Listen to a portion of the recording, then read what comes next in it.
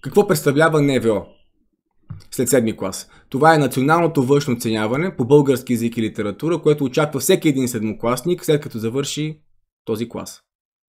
И всъщност на този изпит се целят няколко неща, които сега искам да ви ги изборя, и същевременно в това видео ще ви представя какво е учебното съдържание, какво представлява и въобще като цяло изпита, колко време е той, как се оценява и така нататък. Нека да скочим набързо към целите. Първата цел на НВО-то е да направи диагностика на индивидуалния напредък и на образователните потребности на учениците от 7 клас. Тоест с този изпит се цели да се разбере какви знания и умения вие сте натрупали по български език и литература и дали всъщност има още нещо, което трябва да се включи до този момент. И това се случва на базата на резултатите от този изпит. Втора цел се цели мониторинг на образователния процес за прилагане на политики и мерки, насочени към подобряване на качеството на образованието. Това означава, че на базата на това, което вие сте направили, експертите после правят много сериозен анализ и на базата на него всъщност преценяват дали нещо трябва да бъде променено в този изпит, нещо сбъркано ли е, дали вие се справяте достатъчно добре и какви промени въобще трябва да се направят, за да може този изпит да стане по-добър и да отразява реално вашите знания и умения по предмет. След това, установяване на степента на постигане на отделни очаквани резултати от обучението по български език и литература, определени в учебната програма за съответния клас. Тоест това означава какво вие сте постигнали като знания и умения в този клас, а следващата цел ето тук всъщност е същата, само че е на базата на цялостното ви обучение до този момент. Тоест буквално от първи, бих казал, да чак до 7 клас. И разбира се, за последно, използване на резултатите от НВО по български език и литература като балообразуващ елемент при приемането на ученици в 8 клас. Тоест от този изпит зависи дали вие ще бъдете приети в училището, което искате, след като кандидатствате, на базата на резултатите и на дипломата всъщност за завършено образование до този момент. Което означава, че този изпит е важен. Колкото по-висока оценка имате, толкова повече ви се увеличава шанса да влезете в по-хубаво училище. Нека така да го кажем най-общо. Скачайки към учебното съдържание по български език, сега ще ви обясня какво се очаква от вас, вие да знаете достатъчно добре по български език. На първо място, вие трябва да познавате понятието текст и неговите различни видове. Разговорен текст, научен текст, медиен текст и художествен текст. Това са 4 вида основни текстове, като има и други, разбира се, но до 7 клас е това. Вие трябва да познавате тези видове текстове. След това вие трябва да извличате и обработвате информация от научен, медиен и от художествен текст. Тоест, вие не само, че трябва да познавате тези текстове, но да и умеете да извличате информация от него, което всъщност е четенето с разбиране и различни видове граматични задачи, обаче, които също ви очакват в този изпит. Тоест, това, което се намира в текста, след това може да има въпроси, които да имат пряко отношение към граматиката, която се случи в 6, 7 клас, че дори в 5 клас и така нататък. След това имаме звукови промени в думата, т.е. подвижно «а», непостоянно «а», променливо «я» и думи с несъответствие между изговор и правопис. Тоест, това са изцяло правописни правила, които вие трябва добре да познавате, за да може да не допускате различни видове правописни грешки и да ги откривате както в текста, но и така да не ги допускате, когато пишете текст. Защото и на матурата всъщност, на НВО-то се пишат текстове също, което е много важно да го знаете. След това имате видове думи според речниковото им значение и звуковия им състав. Тоест това ще означава дали са домашни думи, международни думи, заемки, чуждици, думи от международната лексика всъщност и така нататък и така нататък. След това имате думата като лексикално средство в текста, пряко, преносно значение, т.е. самата дума как се използва в самите видове текст, с нейното значение и така нататък. След това имате причастия и деепричастия. Това е едно от най-важните неща всъщност. Вие трябва да познавате причастията и деепричастието като елементи на речта всъщност. След това идват местоименията. Има цели 10 местоимения в български език, които вие трябва да познавате. Това е абсолютно едно от най-важните работи. От лично местоимение през възвратно лично местоимение, притежателно, възвратно притежателно местоимение, показателно, въпросително, относително, отрицателно, обобщително и неопределително местоимение. Цели 10 на брой.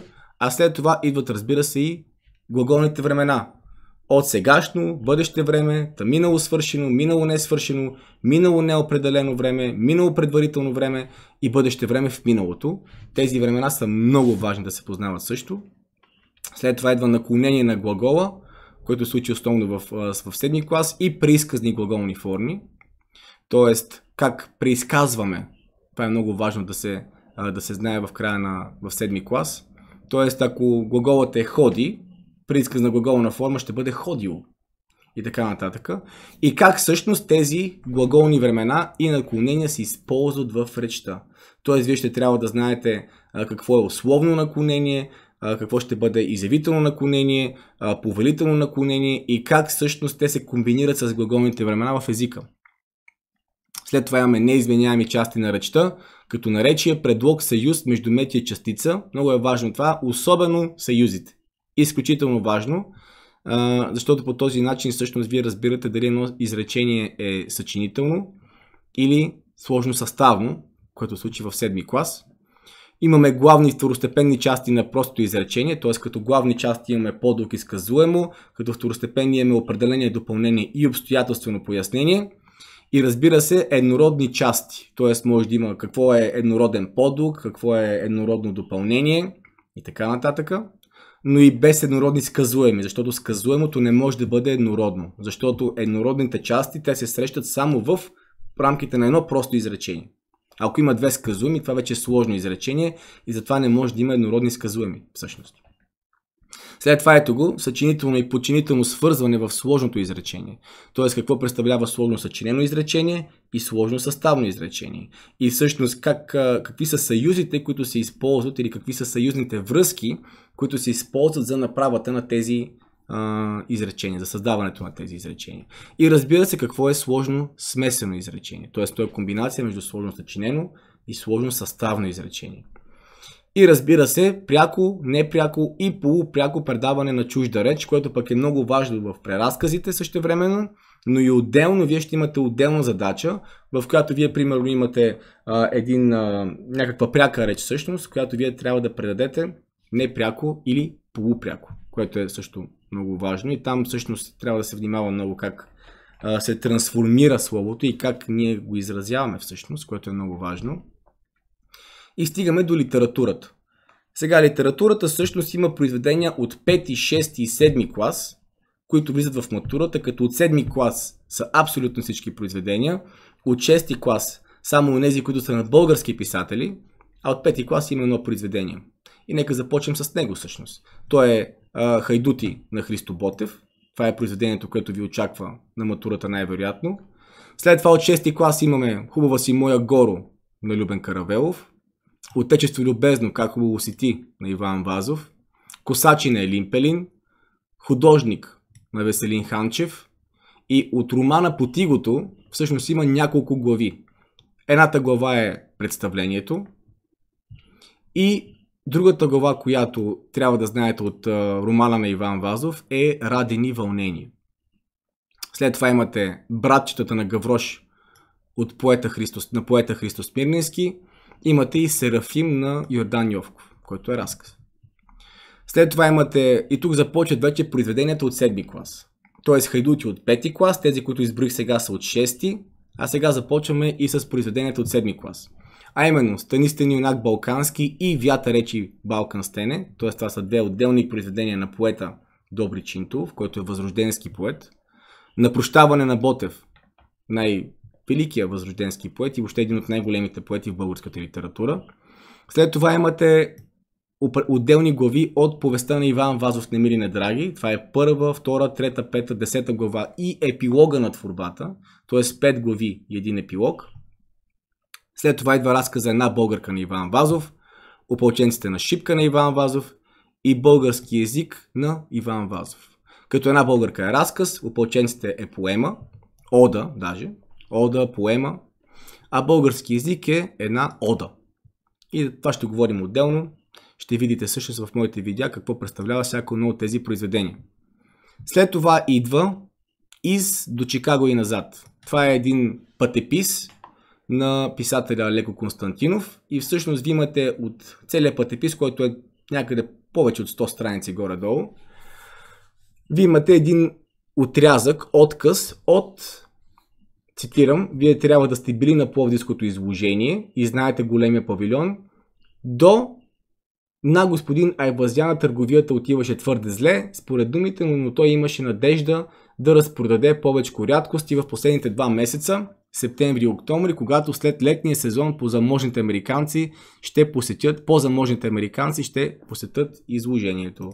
Тоест всъщност този отказ от тази творба всъщност трябва да бъде научен и трябва да знаем какво се случва в това произведение, точно в този отказ, защото той е много важен за разбирането на развиващия се свят в Америка и как българския свят се включва всъщност в този тази огромна глобална картина от различни култури за тогавашното време. Тук си говорим за края на 19 век. Това е повече от 130-40 години някъде всъщност, когато Алеко е отишъл там и е написал своя пътепис.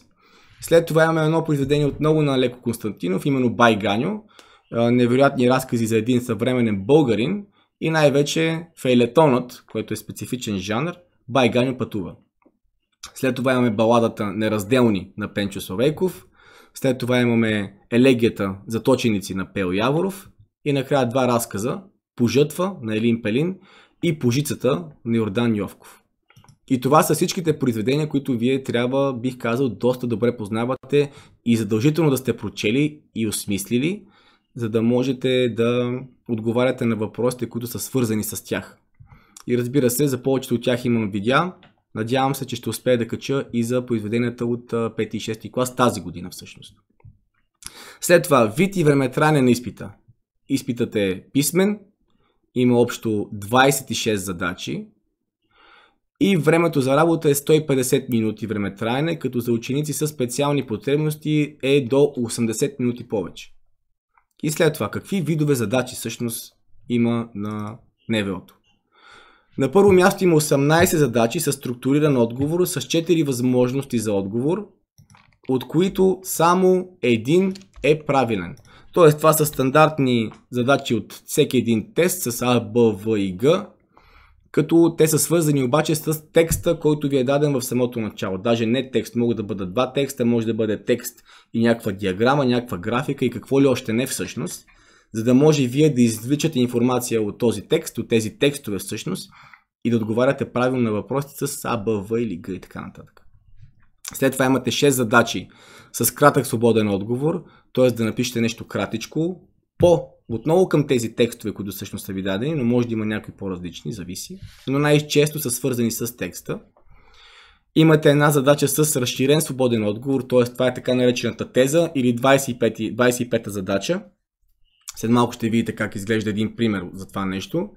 И имате една финална задача, която ще имате доста време за нея.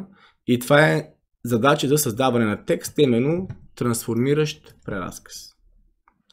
И ето ви няколко примера всъщност. Тоест, от първият тип задачи имате, в коя от изучените творби са представени 2 от проявленията на любовта към родината и към любимия човек. И тук имате отговорите. Вие трябва да посочите един. Като разбира се, внимавайте, защото може да има отговори, в които въпроси, които са зададени, примерно в коя от изучените творби не са представени 2 от проявленията. Тоест, много внимавайте как е формулиран въпроса към съответната задача.